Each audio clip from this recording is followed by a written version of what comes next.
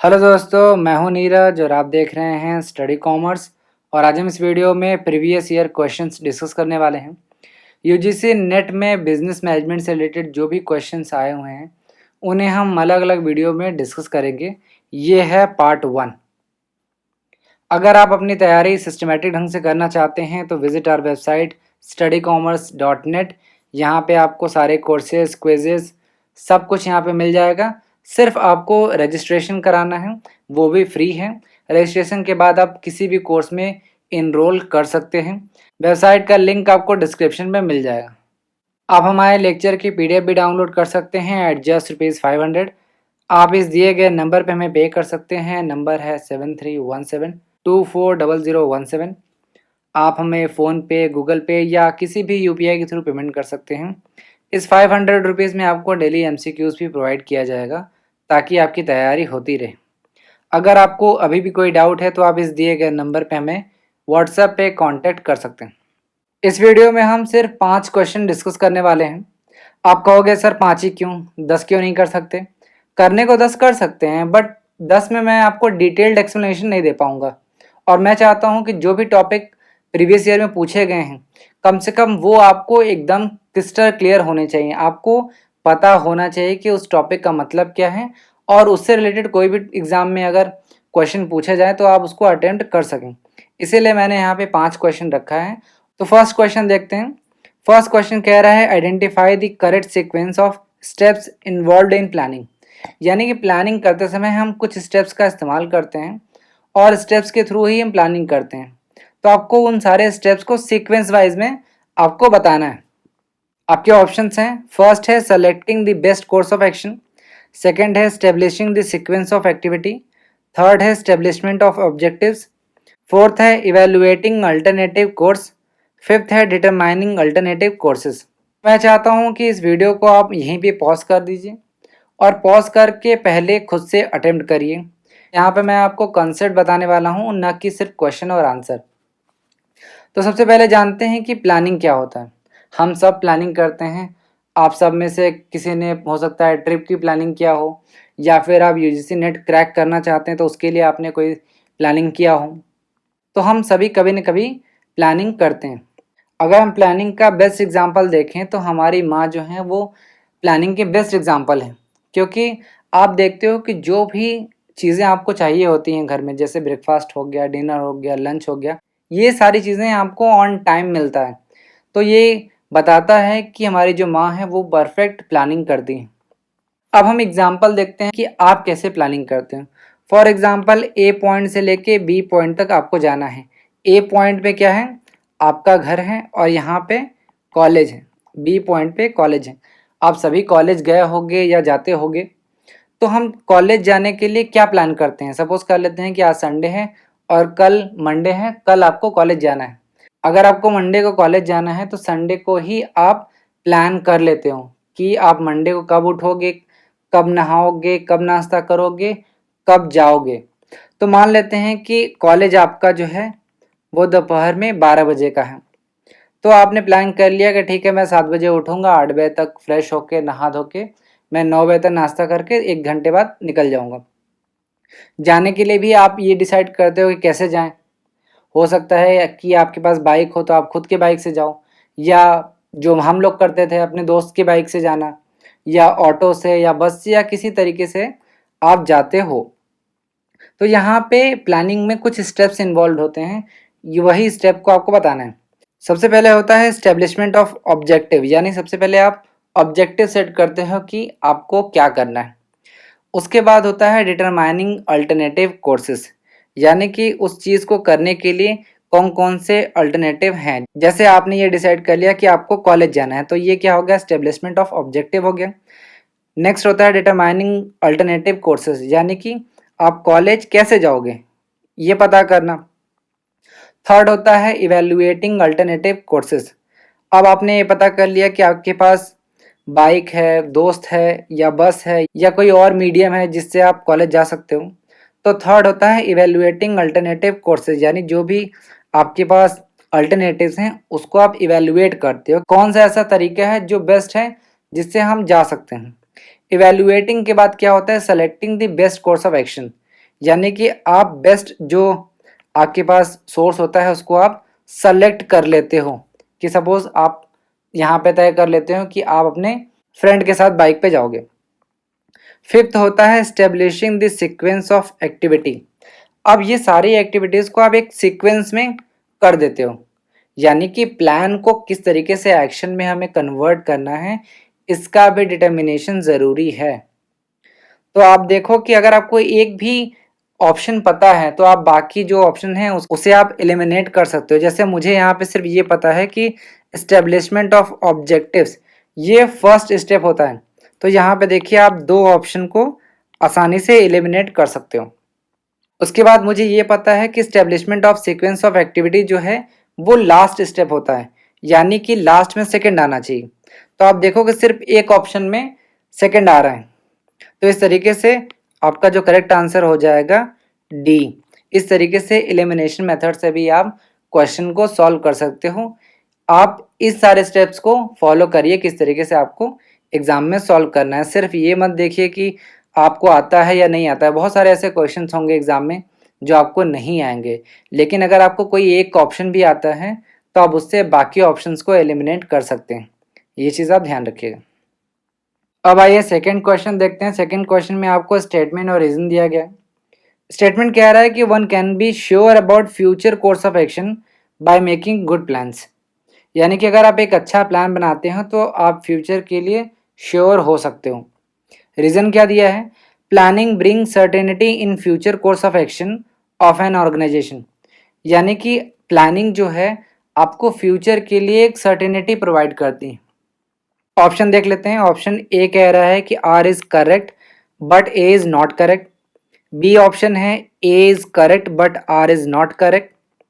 सी option कह रहा है कि both A and R correct.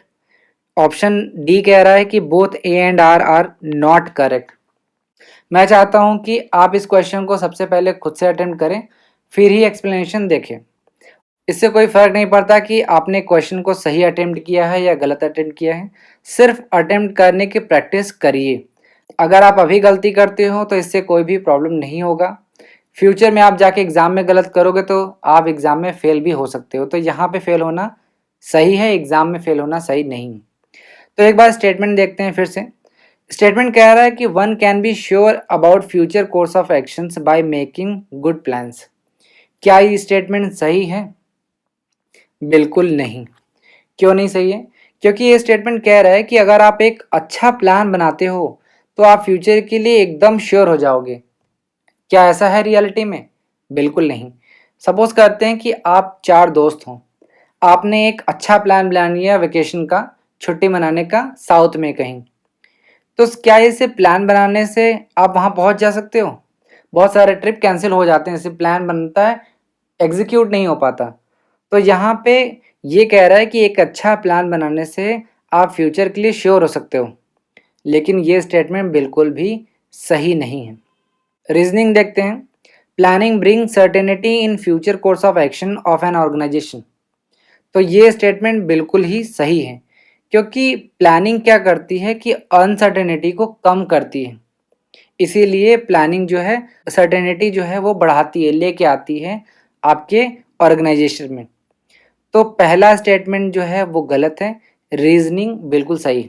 यहाँ पे एक चीज़ ध्यान रखिएगा कि जब भी आप प्लानिंग की बात करें तो प्लानिंग क्या है? फ्लेक्सिबल।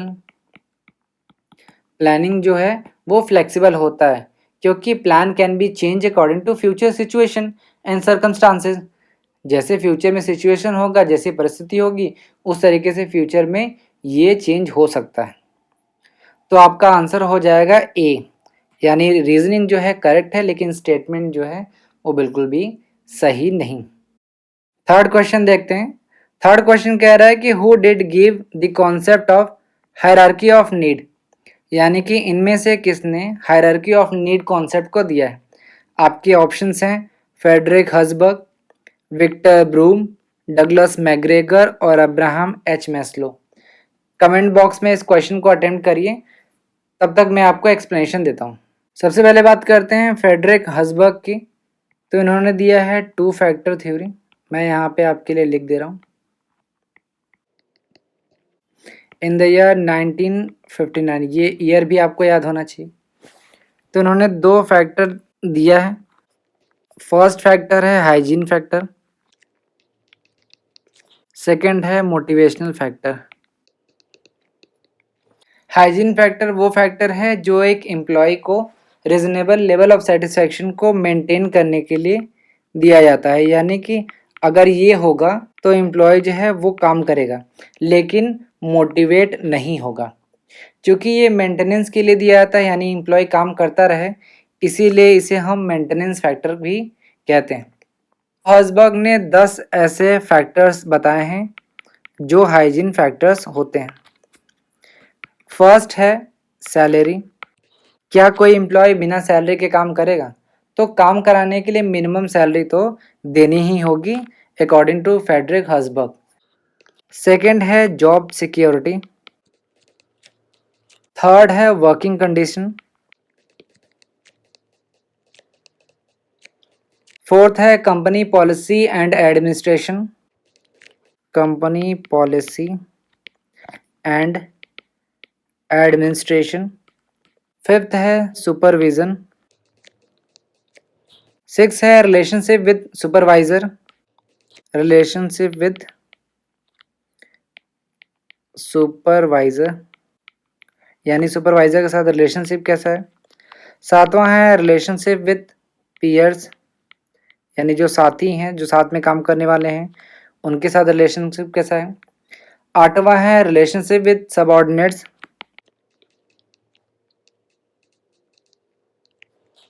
नौवां है स्टेटस और 10वां है पर्सनल लाइफ यानी एम्प्लॉय की पर्सनल लाइफ कैसी चल रही। तो मैंने आपको बताया कि फ्रेडरिक हर्जबर्ग ने 2 फैक्टर थ्योरी दिया है इन द ईयर 1959। फर्स्ट है हाइजीन फैक्टर, सेकंड है मोटिवेशनल फैक्टर। हर्जबर्ग ने 10 हाइजीन फैक्टर के बारे में बताया था।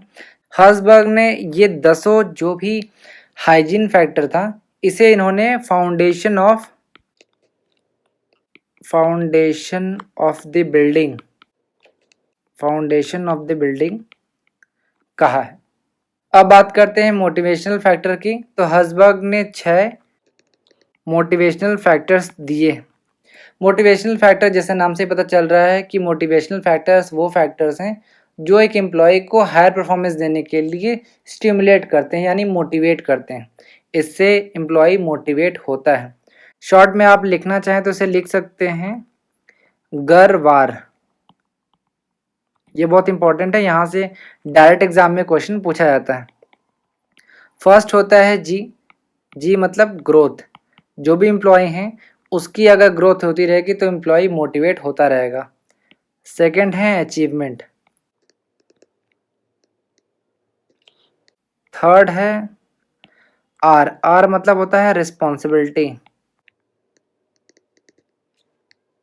फोर्थ है डब्लू मतलब वर्क इटसेल्फ यानी कि काम खुद ही एम्प्लॉय को मोटिवेट करता है। फिफ्थ है advancement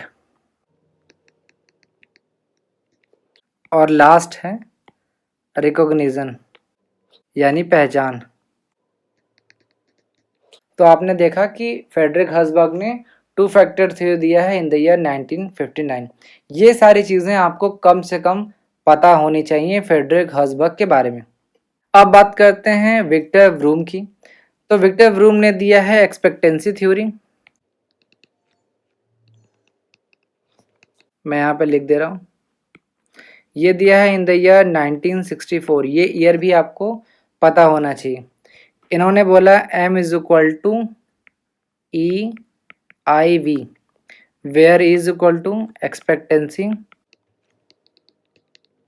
I is equal to instrumentality और v is equal to valence. Valence का मतलब होता है वैल्यू।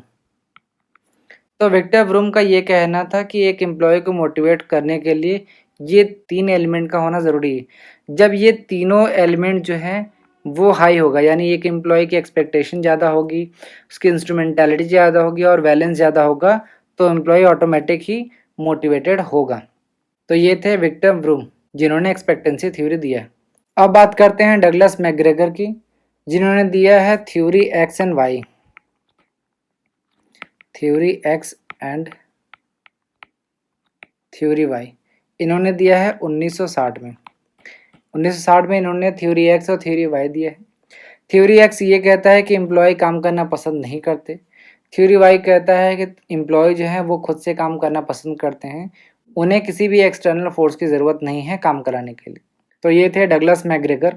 नेक्स्ट है अब्राहम एच मैस्लो। तो इन्होंने दिया है नीड हायरार्की थ्योरी।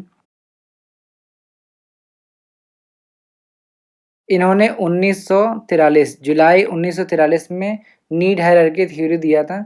इन्होंने ह्यूमन नीड को 5 कैटेगरी में डिवाइड किया। फर्स्ट है बेसिक नीड, जिसको रोटी कपड़ा मकान से आप समझ सकते हैं।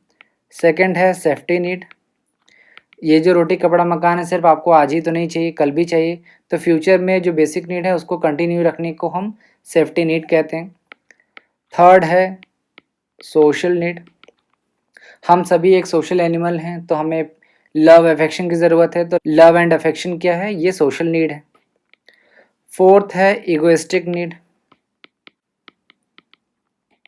इगोइस्टिक नीड का मतलब ये है कि आप दूसरों से अलग दिखना चाहते हैं, आप इसके लिए एक्सपेंसिव कार परचेस करते हैं, महंगे फ़ोन परचेस करते हैं, तो ये क्या है, इगोइस्टिक नीड है।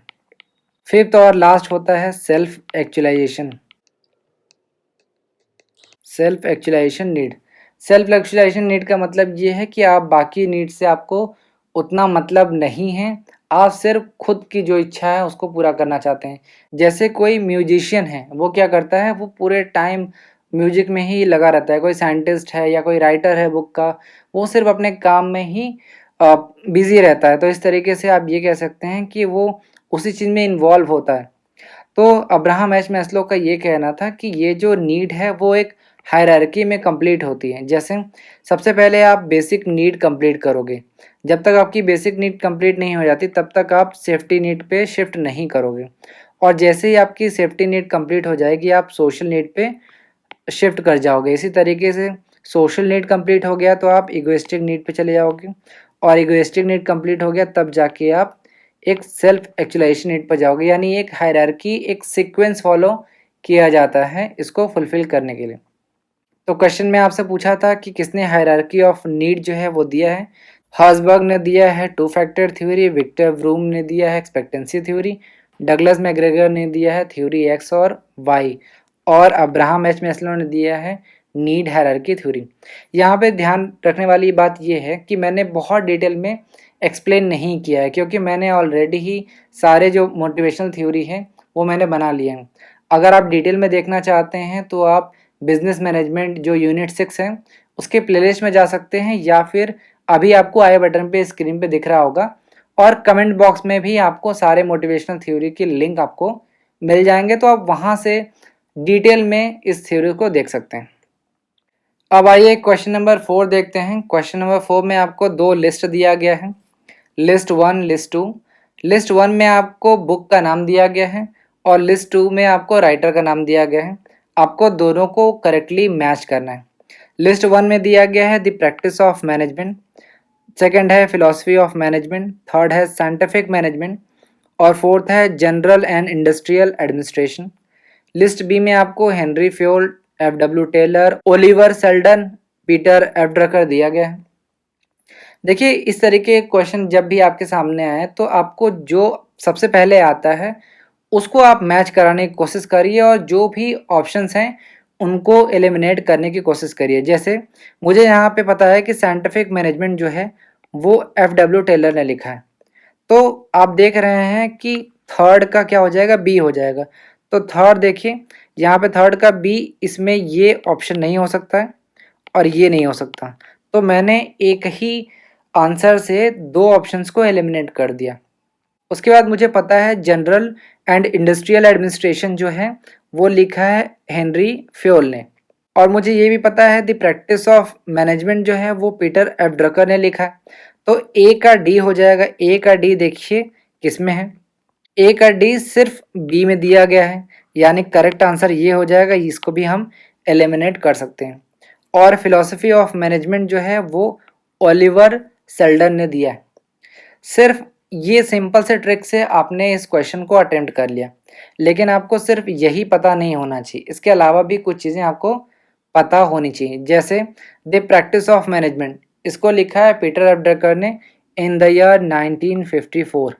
इनकी किताब है, इन्होंने 1954 में ये किताब लिखा।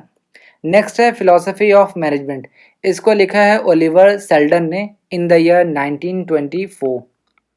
ये ईयर भी आपको पता होना चाहिए। उसके बाद साइंटिफिक मैनेजमेंट आप सभी को पता होगा, 1911 में लिखा गया है। और जनरल और इंडस्ट्रियल एडमिनिस्ट्रेशन जो है वो 1916 में लिखा गया था। ये दोनों मैंने कवर किया है अपने वीडियो में। अगर आपने अभी तक नहीं देखा है तो आप डिस्क्रिप्शन में आपको लिंक मिल जाएगा, वहाँ से आप देख सकते हैं। तो करेक्ट आंसर हो जाएगा फोर्थ का बी। अब देखते हैं आज का लास्ट क्वेश्चन। क्वेश्चन है which of the following is not an assumption of theory x. आपको बताना है कि इन चार ऑप्शन में से थ्योरी एक्स का कौन सा अजम्पशन नहीं है। तो मैंने आपको बताया था कि थ्योरी एक्स को दिया है डगलस मैकग्रेगर ने इन द ईयर 1960। मैंने अभी आपको ये बताया।